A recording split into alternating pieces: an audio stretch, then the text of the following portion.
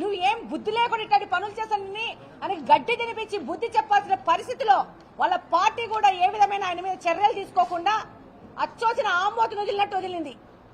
ఈరోజు మహిళల మీద దాడి చేస్తూ అదే మహిళల్ని సపోర్టు తీసుకొని వాళ్ళకి ఏమేమి లాభాపేక్షలు చెప్పినాడో మనకు తెలియదు.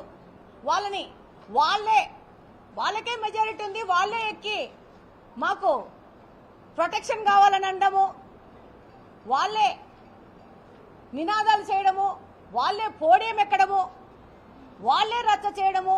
ఆ తర్వాత బాగా అన్నం తినేసి వచ్చి లంచ్ బ్రేక్ అయిపోయినాక ఇదే కార్పొరేషన్ లో ఇదే మీటింగ్ అటెండ్ అయిన పోలీసు వాళ్ళకి గానీ మీడియా ప్రతినిధులకు గానీ ఎవరికి ఏ విధమైన అరేంజ్మెంట్ చేయకుండా వాళ్ళు మాత్రం కిందికి వెళ్లి చక్కగా భోజనాలు కానిచ్చి పైన ఉన్న వాళ్ళకి పప్పుచార్లు పోసి తిని 3 గంటలు రెస్ట్ తీసుకొని మళ్ళా పైకి వచ్చి మేము చదివేశాం అయిపోయింది అని చెప్పే దుర్భాగ్యానికి ఈ పెద్ద మనిషి దిగజారిపోయినాడు. ఇది కడప నియోజకవర్గంలోని ప్రతి ఒక్క మనిషి గమనిస్తా ఉంది. మహిళలను అడ్డుపట్టుకొని రాజకీయం చేయాలనుకుంటున్నాడు. నేను గెలిచి 6 నెలలే అయింది, నాకు రాజకీయాలు తెలీదు. నువ్వు గత 20-30 సంవత్సరాల నుంచి రాజకీయాల్లో ఉన్నావు. నువ్వు భవిష్యత్తులో చిన్నగా వచ్చి ప్రజాసేవ చేయాలనుకున్న వాళ్ళకి నువ్వు చూపించే మార్గం ఇదా అని ప్రశ్నిస్తా ఉన్నాను. అసలు కడపలో అవినీతి చేసి పెట్టేశాడు మొత్తంగా. ఈరోజు మీరు గమనిస్తే దేవుని కడప రోడ్డు కృష్ణా సర్కిల్ నుంచి ఎవరు చేశారు? ఈ యొక్క పెద్ద మనిషికి సంబంధించిన వ్యక్తి కాదా? ఢిల్లీ పబ్లిక్ స్కూల్ దగ్గర రోడ్డు ఈ పెద్ద మనిషికి సంబంధించిన వ్యక్తే. ఈయన కుటుంబ సభ్యుడే చేసి ఈ రోజు ఆల్రెడీ 2 నెలలే అయింది ఆ రోడ్డు ఓపెన్ అయ్యి.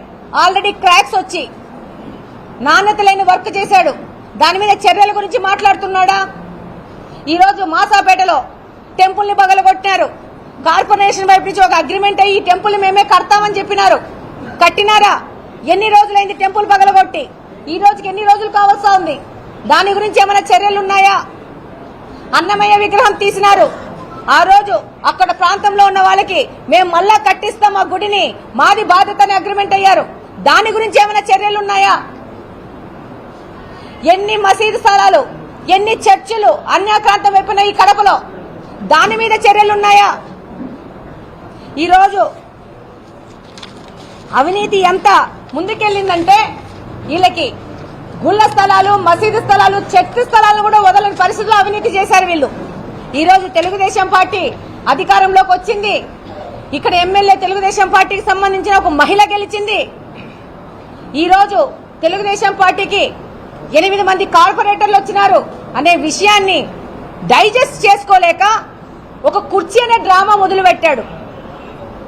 ఈరోజు మొన్న మాట్లాడతారు కడపలో తాగునీటి సమస్య లేదని చెప్పి